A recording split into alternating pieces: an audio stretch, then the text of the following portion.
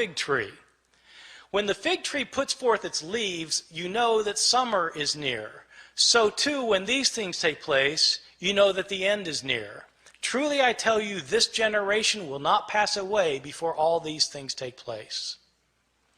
So Edgar Weisen, this is one of Edgar Weisenant's 88 reasons. So the way it works is this. What is Israel in the Bible? Israel is sometimes represented as a fig tree.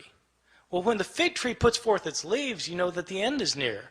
Well, okay, so if the fig tree is Israel, when does the fig tree put forth its leaves? Well, the fig tree lies dormant over the winter, and then when springtime comes, it comes back to life. When does Israel come back to life? 1948. That's when Israel comes back to life, becomes a nation again. Truly I tell you, this generation will not pass away before all these things take place. How long is a generation in the Bible? 40 years. 1948 plus 40, bingo, 1988. This was one of the 88 reasons. Now, somebody pointed out to Edgar Weisenant that Jesus in the same passage points out that no one knows the day or the hour when the end will come. When Weisenant had said that it was going to come during the week of Rosh Hashanah in September. And so they said, but Jesus says no one knows the day or the hour. And Weisenant was completely unfazed. He said, I don't know the day or the hour. I just know the week.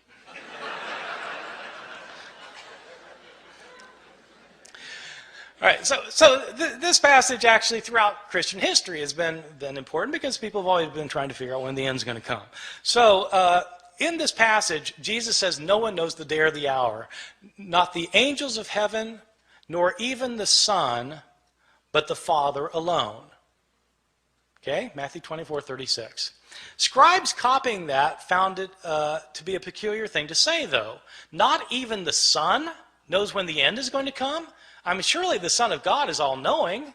Isn't he omniscient? And so how do scribes deal with the problem? They deal with the problem by getting rid of the phrase. And so in later manuscripts, the phrase, not even the Son, is taken out, so that now Jesus doesn't claim to be ignorant about when the end is going to come. So that strikes me as probably an intentional sort of change. All right, so you get accidental changes and you get intentional changes. I want to talk about some of the big differences that you get in some of our manuscripts, just so you can get an idea of how significant this problem can be.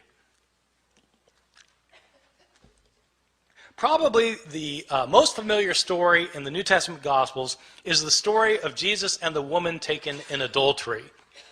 I'm pretty sure this is the best known story of the Gospels because it's in all the Hollywood movies. I mean, if you do a movie about Jesus, you've got to have Jesus and the woman taken in adultery. It's so much a requirement that even Mel Gibson, who The Passion of the Christ, which is about Jesus' last hours, has to get this in, and so he has a flashback showing this scene of Jesus and the woman taken in adultery. So the way the story works, it's found only in the Gospel of John, chapter 7 and 8. And Jesus is teaching the temple, and the Jewish leaders they drag this woman in front of him, and they say, she's been caught in the act of adultery. The law of Moses says we're to stone someone like this. What do you say? See, this is setting a trap for Jesus, because if Jesus says, well, yeah, stone her, then he's violating his teachings of love and mercy. But if he says, no, forgive her, then he's breaking the law of Moses. So what's it going to be? Well, Jesus has his way of kind of getting out of these traps, as you know, if you read the New Testament. So what he does in this case is he stoops down and he starts writing on the ground. And he looks up and he says, let the one without sin among you be the first to cast a stone at her. Stoops back down, starts writing again. And one by one, feeling guilt of their own sins, they begin to leave until Jesus looks up again and there's no one left. And he says to the woman, is there no one left to condemn you? And she says, no, Lord, no one. Jesus replies, neither do I condemn you. Go and sin no more. There is a textual variant in a now lost manuscript, which when Jesus, about this line about when he says, let the one without sin among you be the first to cast a stone at her. In this one textual variant, it indicates that a stone comes flying out from the crowd, nails the woman in the head. And Jesus says, Mom, sometimes you really tick me off.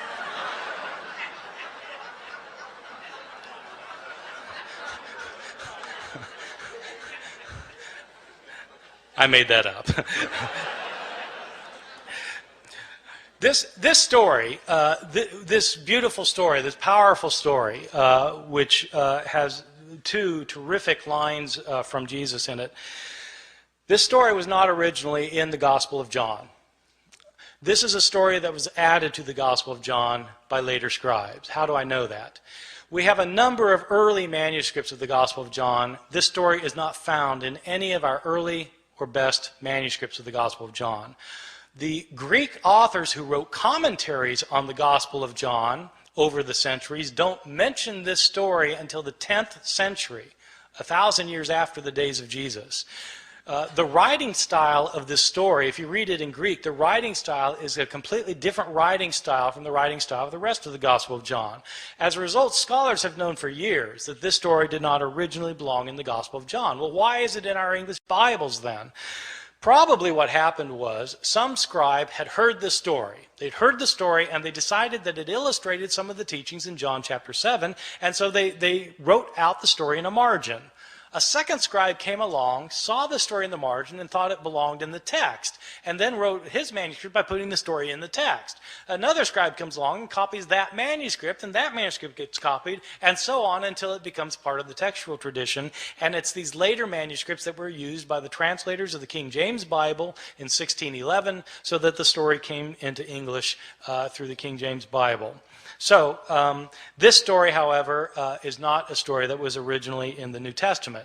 So people sometimes ask me, well, are there any changes that are significant in the New Testament? Yeah, well, this strikes me as a rather significant change, that the story of the woman taken in adultery wasn't originally there. Or consider a second instance of another big difference, the Gospel of Mark. Mark is probably my favorite gospel because it's so subtle and understated in places, and it says things that you don't expect. And nowhere is this more true than in the ending of Mark's gospel. In Mark's gospel, Jesus is put on trial, and he's crucified, he's dead, he's buried, and on the third day, the women go to the tomb. The tomb is empty, and Jesus is not in it. There's some man in there. And the man tells the women that Jesus is not here, he's been raised from the dead. He tells the women, go tell the disciples that he will meet them in Galilee. And then it says the women fled from the tomb, and they didn't say anything to anyone, for they were afraid. Period. That's where it ends. That's the end of the Gospel of Mark. And you think, how could it end there? They're told to tell the disciples, but they don't tell anybody. Didn't the disciples ever learn? Didn't they go to Galilee? Didn't they see Jesus? How could that be the end of the story? And that's exactly the reaction the scribes had. They got to that ending, they said, how could it end there? And scribes then decided it couldn't add there, and so they added 12 verses. So that in your English Bibles today, you'll find 12 more verses after that, after chapter 16, verse 8. And often they'll be in double brackets, because the translators will tell you in a footnote, these verses weren't originally in here, these were added by later scribes.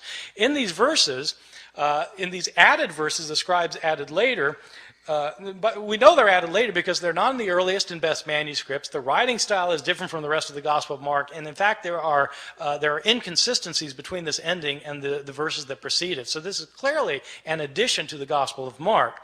In these final verses, according to these final verses, the women do go tell the disciples do go to Galilee, they do meet Jesus there, and Jesus then tells them that they're to make disciples of all the nations, and people who become his disciples will be able to speak in foreign languages that they previously didn't know. They'll be able to handle deadly snakes, and they'll be able to drink poison and it won't harm them. These are the verses that the Appalachian snake handlers in my part of the world use to base their liturgical practices on. I've always thought that sometime in the ambulance on the way to the hospital, somebody should point out, well, actually those verses aren't in the Gospel of Mark. Mark actually ends with women not saying anything to anyone, for they were afraid. Somebody added the last 12. Let me give you a couple more examples of some differences that strike me as big. One that I think is really quite interesting that scholars debate. The first two I gave you, scholars don't debate very much. Almost everybody agrees that they weren't originally there. But there's an interesting change in another story in Mark that there's a lot of debate